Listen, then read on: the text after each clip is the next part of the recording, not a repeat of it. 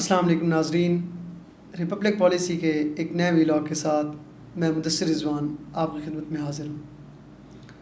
ناظرین، بلوچستان پچھلے 70 سال سے ایک بدامنی کی لپیٹ میں ہے اور اس کے کئی پہلو ہیں اور کئی حوالوں سے اس پہ بحث کی جا چکی ہے۔ ابھی حالیہ دنوں میں بلوچستان میں ایک اور افسوسناک واقعہ پیش آیا جس میں مختلف مقامات پر فورسز پر بھی اور سویلینز پر بھی بلوچ دہشت گرد تنظیموں کی طرف سے حملے کیے گئے۔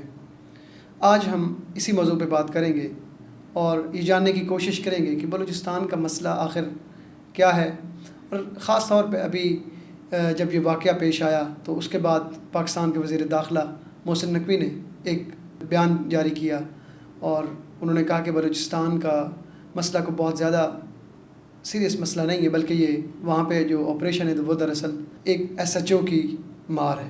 وہاں کا جو مسئلہ ہے اس کو حل کرنے کے لیے صرف ایک ایس ایچ او کی ضرورت ہے۔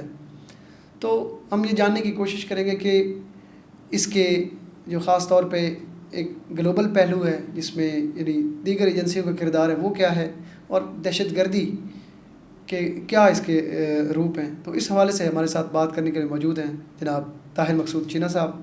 آپ پریزیڈنٹ ہے ریپبلک پالیسی کے اور اس کے علاوہ فارمر پولیس آفیسر بھی ہیں۔ سر، پروگرام میں آپ کا بہت بہت شکریہ۔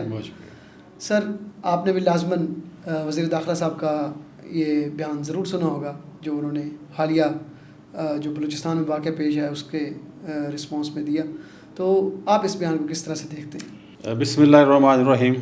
مدثر، جو سوال آپ نے کیا ہے اور جس پیرائے میں وزیر داخلہ صاحب نے جس ہلکے پھلکے انداز میں یا سیریس انداز میں یہ کہا کہ بلوچستان کا مسئلہ ایک ایس ایچ او کی مار ہے، تو مجھے نہیں سمجھ آتی کہ انہوں نے یہ بات کیوں کی۔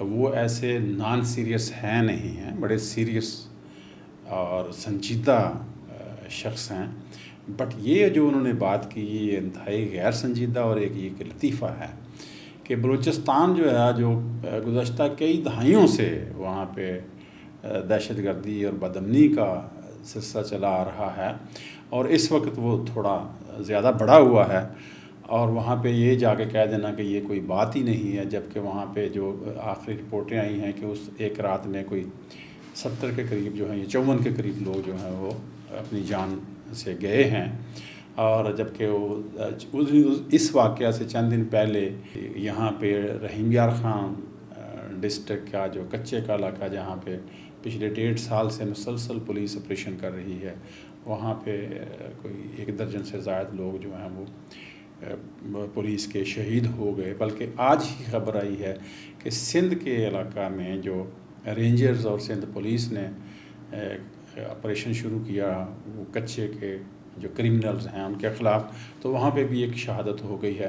تو یہ کوئی بہت اس بات کو جو وزیر داخلہ صاحب نے کی ہے یہ غیر سنجیدگی کی حد ہے، اس پہ میں کوئی زیادہ کمنٹ اس سے زیادہ نہیں کر سکتا۔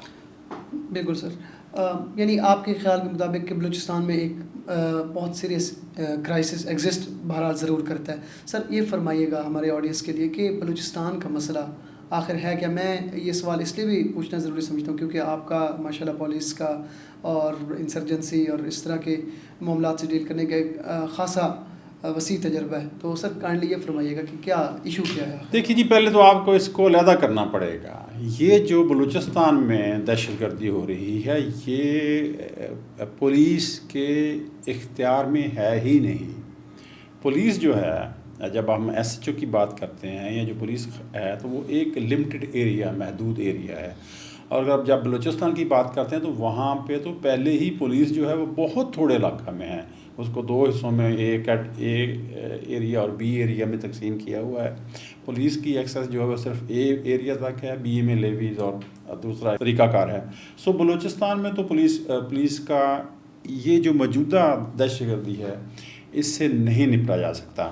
یہاں پہ جو پولیس کے ایک انتہائی جو کمپیٹنٹ پولیس افسر ریٹائر ہیں، جو آئی جی رہے بلوچستان میں اور ڈائریکٹر جنرل ایف آئی اے رہے طارق خسا صاحب کی بات میں کروں گا، انہوں نے کچھ دن پہلے ایک انگریزی اخبار میں ایک آرٹیکل لکھا اور انہوں نے اس پہ بڑی سیر حاصل اپنا تجزیہ پیش کیا ہے کہ جو بلوچستان میں دہشت گردی ہے یہ کوئی آج کا نہیں ہے. اب انہوں نے وہاں سے سٹارٹ کیا کوئی 79 میں جب ایران میں انقلاب آیا اور وہ یہاں پہ فال بیک ہوا تو ابتدائی طور پہ جو شیعہ سنی جو ایک دہشت گردی یا کلیش تھا اس کو ہوا دی گئی، اور اس کے بعد وہ جو سیکٹیرین ٹیررزم تھا اس کے بعد کیا ہوا کہ افغانستان میں ایک جو تھا وہاں پہ روس نے جو جب وہاں پہ مداخلت کی اور وہ سارا کا سارا جو افغان مہاجرین کا فال بیک پاکستان پہ آیا اور وہ جو لوگ آئے، تو یہ ایک لمبی تاریخ ہے. اور آج جو مسلسل پچھلے آپ دیکھیے پچھلے جو 50 سال ہیں اس میں یہ 40 سال ہیں، 40 سے زائد سال ہو گئے، تقریباً 45 سال ہو گئے 79 سے آن ورڈ. تو یہ جو دہشت گردی ہے یہ مزید بڑھتی گئی ہے. ادر دین وہ جو وہاں کے لوکل مسائل ہیں اس کے علاوہ یہ جو باہر سے وہاں پہ جو دہشت گردی ہو رہی ہے جو سپورٹ کی جا رہی ہے، جس میں آپ کا مخالف جو ہے وہ بیٹھا ہوا ہے انڈیا، اس کے جو ایکٹر جو ہیں وہ بھی ہیں، اور اس کی بڑی زندہ مثال ہے وہ کلبھوشن یادو جو وہاں سے گرفتار ہوا تھا، وہ حاضر سروس ان کا افسر تھا. تو یہ آپ اس کو لوکل لیول پہ اس دہشت گردی کو نہیں دیکھ سکتے کہ اس کی وجوہات صرف کہ جی لوکل لیول پہ ہیں یا کسی ایس ایچ او یا پولیس کا کام ہے. اس کی جڑیں تو انٹرنیشنلی ہیں، اور جو انٹرنیشنلی جو دہشت گردی ہے جو اب آپ نے اخباروں میں دیکھا، ٹی وی پہ دیکھا، مختلف جو ذمہ دار افسران ہیں یا جو لوگ ہیں ان کے بیانات بھی آتے ہیں کہ جی افغانستان سے یہاں پہ امپورٹ کی جا رہی ہے یا ایکسپورٹ کی جا رہی ہے ٹیررزم. اسی طرح ایران کا جو علاقہ ہے وہاں سے، اور آپ کو پتہ ہے کچھ مہینے پہلے جو ہے باقاعدہ یہاں سے پاکستان آرمی نے، پاکستان ایئر فورس نے ایئر اٹیک کیا تھا اور وہاں پہ لوگ مارے تھے. تو یہ مطلب یہ کوئی چھوٹا نہیں، بڑا کمپلیکیٹڈ جو ہے معاملہ ہے جو یہ بلوچستان کی دہشت گردی کا. سو میں نہیں سمجھتا کہ یہ پولیس کے بس کی بات ہے. بالکل سر. اور اس میں ساتھ سر جس طرح آپ نے بڑی تفصیل سے اس کا جو انٹرنیشنل اسپیکٹ ہے اس کو ایکسپلین کیا، ساتھ ہی چائنا جو پاکستان کا ایک بڑا اسٹریٹجک پارٹنر ہے اور بڑا ٹائم ٹیسٹڈ الہی ہے، اور اس نے جتنی انویسٹمنٹ کی ہے اور اس کے جو گلوبل ایمبیشنز ہیں جو one belt one road initiative ہے، اس سے بھی بلوچستان کی اہمیت اور جو اس کے انٹرنیشنل اسپیکٹ وہ بہت زیادہ واضح ہوتا ہے. یقیناً دیکھیے نا جی، یہ اب جو چائنا اور پاکستان جو سی پیک کی بات کر رہے ہیں اور گوادر میں جو ڈیولپمنٹ ہو رہی ہے وہاں پہ ایئرپورٹ تقریباً مکمل ہو گیا ہے، اور اس طرح جو سڑکیں یا سڑکوں کا جو جال ہے وہ بچھ گیا ہے اور بچھ رہا ہے. تو یہ ظاہر جو چائنا کے مخالف لوگ ہیں، جو بڑی طاقتیں ہیں، یا جو پاکستان کی جو حیثیت ہے جو گلوبلی، وہ تو اس کی اہمیت سے تو انکار نہیں ہے. تو لیکن یہاں پہ جو ہے وہ اسٹیبلٹی جو ہے وہ طاقتیں نہیں چاہتی. ان کی خواہش تو یہ ہے کہ پاکستان میں جو ہے وہ افراتفری رہے تاکہ ان کے جو مقاصد ہیں ان کو وہ اچیو کر سکیں. اور چائنا کو جو ایک اب دنیا کی ابھرتی ہوئی طاقت ہے، بلکہ طاقت بن چکی ہے اور مستقبل کی شاید سپر پاور جو ہے وہ چائنا ہی ہو، تو اس کو روکنے کے لیے جو ان کے مخالف لوگ ہیں وہ بھی یہاں افغانستان میں جو ہے اس کو ہوا دیتے ہیں اور اپنی دخل اندازی کر رہے ہوتے ہیں. اچھا سر، یہیں پہ میرا ایک اور سوال ہے کہ چائنا اتنی انویسٹمنٹ کر رہا ہے اور پورے پاکستان میں کر رہا ہے، خاص طور پہ بلوچستان میں، تو جس طرح گوادر اور باقی چیزوں کی آپ نے بات کی، اس حوالے سے مقامی لوگوں کے کیا تحفظات ہیں؟ اچھا، اس پہ میں کوئی بہت زیادہ بات کروں گا نہیں، لیکن وہی جو اتنا میں نے اخباروں میں پڑھا کہ جی روزگار ہمیں دیا جائے، یہاں پہ جو لوگ ہیں باہر سے آ رہے ہیں، جو ہماری آبادی ہے اس کو سکویز کیا جا رہا ہے، یہاں پہ جو نان بلوچی ہیں وہ یہاں آ کے آباد ہو جائیں گے، اور یہ اس طرح کے تحفظات ہیں. لیکن میں یہ سمجھتا ہوں کہ یہ صرف چیزیں سامنے دکھانے کے لیے ہیں، پیچھے اصل جو ایجنڈا یا مقصد ہے وہ کچھ اور ہے. وہ صرف یہی ہے کہ پاکستان جو ہے وہ جو ہے اس میں جو ہے یہ ڈی اسٹیبلائز رہے، اور تاکہ جو پاکستان کی مخالف طاقتیں ہیں ان کو اپنے مقاصد حاصل کرنے میں وہاں پہ آسانی ہو. سر چونکہ آپ نے بات کی کہ یہ مسئلہ بڑا پرانا ہے، تو سر یہ فرمائیے گا کہ پاکستان کے ایز اے اسٹیٹ اس مسئلے کے حل کے لیے اگر پالیسی اس حوالے سے آپ اس کے چیدہ نکات یا سٹیپس جو ہم نے لیے ان کے بارے میں تھوڑا سا ہمارے آڈینس کو بتا دیں. دیکھیے، یہ جو حامد میر صاحب کا پروگرام تھا، انہوں نے ایک دنیا نیوز میں مہر بخاری صاحبہ کو انٹرویو دیتے ہوئے ان سے بات کرتے ہوئے یہ بات کی کہ 1948 میں خان آف کلات نے یہ ایگریمنٹ کر لیا کہ اینٹی علیحدہ رہے گی بلوچستان کی، بٹ وہ پاکستان کے ساتھ ہوں گے. لیکن 1955 میں 1 یونٹ بن گیا اور وہ ایک چیز ختم ہو گئی. ٹھیک ہے، وہ ایک مغربی پاکستان بن گیا 1 یونٹ. وہ اس کی وجہ جو بتائی گئی وہ یہی تھے کہ جی زیادہ صوبے ہیں تو اس پہ خرچہ زیادہ آتا ہے، خرچہ کم کریں گے تو ایک صوبہ ہو. اب اس کے بعد انہوں نے کہا کہ جی اس کے بعد چیزیں جو ہیں وہ خراب ہونی شروع ہوئیں کہ پھر 1962 میں آپ نے نہیں کیا. جو یہ انہوں نے میر صاحب نے بات کی. اور اب دیکھیے کہ ایپیکس کمیٹی جو ہے وہاں اس کی میٹنگ ہوئی ہے، اور یہ بھی حامد میر صاحب نے میں ان کی بات ہی کوٹ کرتا ہوں کہ یہاں سے اسلام آباد سے جو لوگ ہیں جو کمیٹی میں جو شامل ہو گئے وہ وہاں گئے. وہاں کا جو لوکل تھا جس کو انہوں نے دعوت دی مینگل صاحب کو، تو وہ نہیں آئے، اور انہوں نے یہ کہا کہ جی آپ نے جتایا ہے نون لیگ کو اور پاکستان پیپل پارٹی کو، وہ ان کو بلوائیں، اسٹیک ہولڈر وہ ہیں. تو وہ ایپیکس کمیٹی جو ہے اس کو مقاصد بقول ان کے حاصل نہیں ہو سکے جو اس کے لیے وہ کرنے چاہ رہے تھے.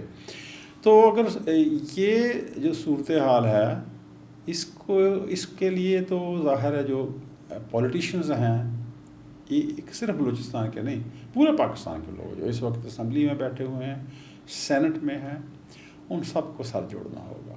یہ ایسا نہیں ہے. دیکھیے اس سے پہلے 10 سال پہلے جب مالک بلوچ صاحب وزیر اعلیٰ تھے تو انہوں نے لوگوں سے بات کی، اور اس طرح کی جو اس وقت ہو رہی تھی دہشت گردی اس میں فرق بھی آیا تھا. تو یقیناً حل جو الٹیمیٹلی ہے کہ آپ اپنے لوگوں کو مار نہیں سکتے. وہ بلوچستان کے جو لوگ ہیں وہ کوئی غیر تو ہیں نہیں ہیں، کچھ بگڑے ہوئے لوگ ہیں نا، چند 100 ہوں گے، 1000 چند ہزار ہو سکتے ہیں. وہ 1 کروڑ سے زائد آبادی کا صوبہ ہے. تو ایسا تو نہیں ہے کہ اس جو چند 100 یا چند ہزار لوگ ہیں ان کو مارنے کے لیے آپ ساری آبادی، تو وہ جو بہت سارے لوگ ہیں تو ان سے آپ کو بات کرنی ہوگی. تو بات کرنے سے مسائل حل ہوتے ہیں. اور یقیناً مجھے یقین ہے کہ جو ہماری پولیٹیکل لیڈرشپ ہے ان کو بھی اس بات کا احساس ہے اور وہ یقیناً اس پہ کام کریں گے. سر اس میں ہمارا لاسٹ اگر ہم کنکلوژن کی طرف اپنی بات کو لے کے جائیں تو بات وہی حل کی طرف آتی ہے. اس کا آپ نے تذکرہ کر دیا. ابھی ریسنٹلی ایک تحریک بھی چل رہی ہے ابھی پھر، جس میں آپ نے ظاہری دیکھا ہوگا مارن بلوچ اور ان کے جو ساتھی ہیں وہ پرامن طریقے سے ایک طرح وہ کر رہے. تو سر آپ کو لگتا ہے کہ بلوچستان مسئلے کا کسی نہ کسی طرح کوئی نہ کوئی حل نکل سکتا ہے اور نکل جائے گا؟ جی بالکل نکل سکتا ہے. دیکھیے اب اس میں خرابی زیادہ یہ آ گئی ہے کہ جو اس وقت ابھی جو ہوئی ہے 26 تاریخ کو ٹیررزم جو ہوئی ہے اس میں پڑھی لکھی خواتین، ایک ماہر بلوچ کا نام آ رہا ہے کہ اس نے خودکش وہاں پہ حملہ کیا ہے. تو یہ ایک زیادہ خطرناک بات ہے کہ جو نوجوان نسل ہے وہ اسٹیٹ سے مایوس ہو رہی ہے. ایسا نہیں ہونا چاہیے. ان کو آن بورڈ لینا ہے، ان سے بات کرنی ہے، ان کے مسائل سننے ہیں، ان کو یقین دلانا ہے کہ جو اسٹیٹ ہے یہ تو کبھی بھی کسی کے جو ان کے جو اس ملک کے رہائشی لوگ ہیں اس پاکستان کے جو ان کے ساتھ تو جو ہے وہ کوئی زیادتی نہیں کرے گی، نہ کرنا چاہ رہی ہے. اور یہ جو ہوا دی جا رہی ہے وہاں پہ بلوچی اور غیر بلوچی، اس کو ختم کرنا ہوگا. پاکستان کے بہت سارے جو باقی ادارے ہیں، تعلیمی ادارے ہیں، وہاں پہ بلوچستان کے بچے پڑھ رہے ہیں. شکر الحمدللہ کہ کوئی کسی کے خلاف کوئی ایکشن لوکل لوگ ابھی تک ایسی بات نہیں آئی.